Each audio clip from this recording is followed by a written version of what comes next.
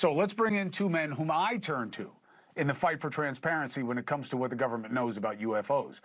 Pentagon UFO whistleblower Mr. Lou Elizondo and NewsNation investigative journalist Ross Coulthart. And I am fine for you guys to say, no, Chris, you're wrong. This is great. I'm too cynical about it. I want too much. I'm fine with that. I respect your opinion more than my own. Ross, I start with you. You know, what you did with Grush, that moved the needle. It created energy that either you want to ruin this guy Grush's reputation and his sterling pedigree and say that he's psycho, or you guys aren't telling us things, and you really moved the needle with him, Ross. I feel like it wasn't paid off today, though. I completely agree with you, Chris. I must confess I was underwhelmed by today's supposed maximum transparency. I don't think it is maximum transparency. I'm talking to people inside the UAP alien craft retrieval and reverse engineering program who are deeply frustrated that the Pentagon is in charge of this release. They don't think that's appropriate. They also think that the Congress is having the wool pulled over its eyes, and it's far too compliant with the national security state dictating what can and can't be released. I do think what's positive and what's optimistic is that there is, I'm assured, from within the administration, a determination to be transparent as much as possible. And I'm told that in coming weeks, we are going to see more. But frankly, today's was a bit underwhelming. We still, for example, haven't seen any of the 46 videos that Representative Anna Paulina Luna with the UAP caucus is demanding be provided to Congress. So, Lou, what's your read on this? What is the psychology of this disclosure? What do you think this means about what their intentions are? Well, Chris, I tend to be slightly more optimistic. I look at this from the perspective of history. Historically speaking, there's been other presidents in the past that say they are going to go ahead and be transparent with this topic, and they haven't been able to. So whether they didn't want to or they didn't succeed, this president, whether you like him or not, is starting to fulfill that promise. Now, with that said, I think it is rather underwhelming for a lot of folks who've seen, like myself, who've seen the videos, the high definition, ultra, 8K, high definition videos that do exist. Obviously, the grainy black and white can be a bit underwhelming, but I will tell you, though, I think it's a bit, you're asking me, why is the administration being kind of like a little bit slow with this? And I think it's a bit of a test balloon. I think they're dipping the toe in the water to see the reaction before they decide to take the high dive and cannonball into the deep end, which I'm told is going to actually happen. There's already been members of Congress whom I trust who've been told by administration officials that day is going to come. And also, we talk about the moon picture, which you pointed out. I think you're absolutely correct. When you look at that from the Apollo 12 mission, that was in the late 60s, early 70s, and we did not have satellites at the time orbiting the moon. And if you look at that statement, it said specifically, NASA said, hey, look, these might be real objects, right? These might be real objects. So we didn't have AI back then. We didn't have deep fakes back then. These are real photos taken from the surface of the moon. After NASA had spent decades saying nothing to see here, folks, oh, you know what? Turns out there's actually quite a bit to see, and our astronauts are seeing it. So I do think it was telling. No, it's not the grand reveal that I hope would happen immediately, but I think it's going to take a little time. I think this is an excellent step in excellent first step in the right direction, and I am cautiously optimistic that, keep in mind, tens of millions of documents, right, Chris? Tens of millions. Mm-hmm. A lot of these are hard copy. That's a lot of time to go through to get all the information. It's going to be a while. I'm with you, but a couple of counters, and I'll let Ross judge it, okay? One, this isn't some cache of documents that nobody's ever seen before, okay? There are generations of people who've worked on these programs who know exactly what's in these documents. So Correct. It's not like they have to go through it all again. That's number one. Number two, I agree with you if you and I were talking about working a witness or a suspect and getting them to tell their story slowly and see that they're being rewarded for truth and that we know things and they're feeling us out and we're feeling them out. I'm with you, Lou. But this is not that. They don't have to test the waters. In politics, when you take a swing, you usually swing for the head. when you come out of the box, right? And they could do that here. They could put out the 46 videos. They don't need to start slow. That's the part I don't understand. You're right. That's a fair point, Chris. I think that's an excellent counterpoint.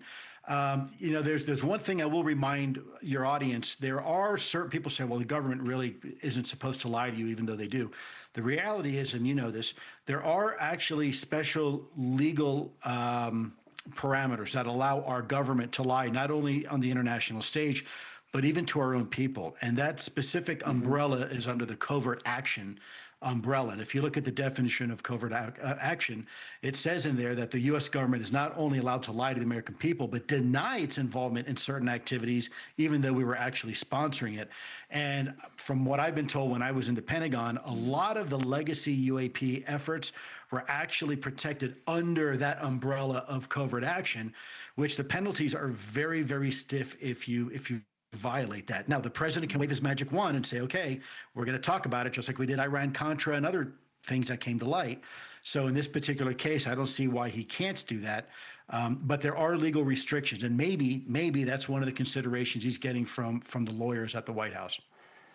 So here's my sense, Ross. I want to play for the audience what we heard from the astronauts that we knew existed, but I've never heard it before, and it's really cool. I want to play this clip. Dusty, what is it specifically again? It's astronauts. Is it the Apollo 12 guys? No, it's the Gemini guys. It's the Gemini 7 astronauts.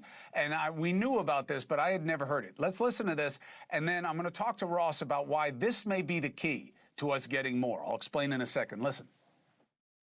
Bogey at 10 o'clock high.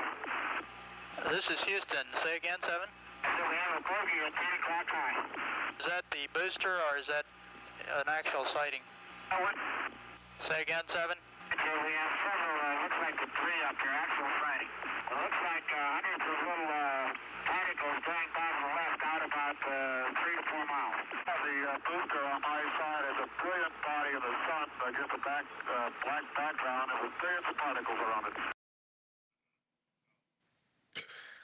So what does that mean to you? Frankly, Chris, what it means is embarrassing for NASA. NASA's the first agency that's had its supposed candor about UFOs held up to public scrutiny. They supposedly did an inquiry a few years ago and found there was no evidence of UAPs. We now know somebody in NASA lied. They lied to the public. They misled the public.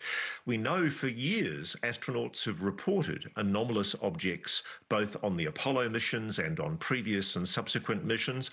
I've spoken privately to one astronaut who's told me categorically that he has seen anomalous objects in orbit.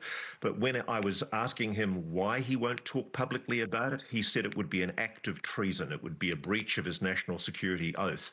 NASA's not telling the public the truth. Frankly, neither is the Pentagon. And I don't think we can trust the Pentagon to do this rollout.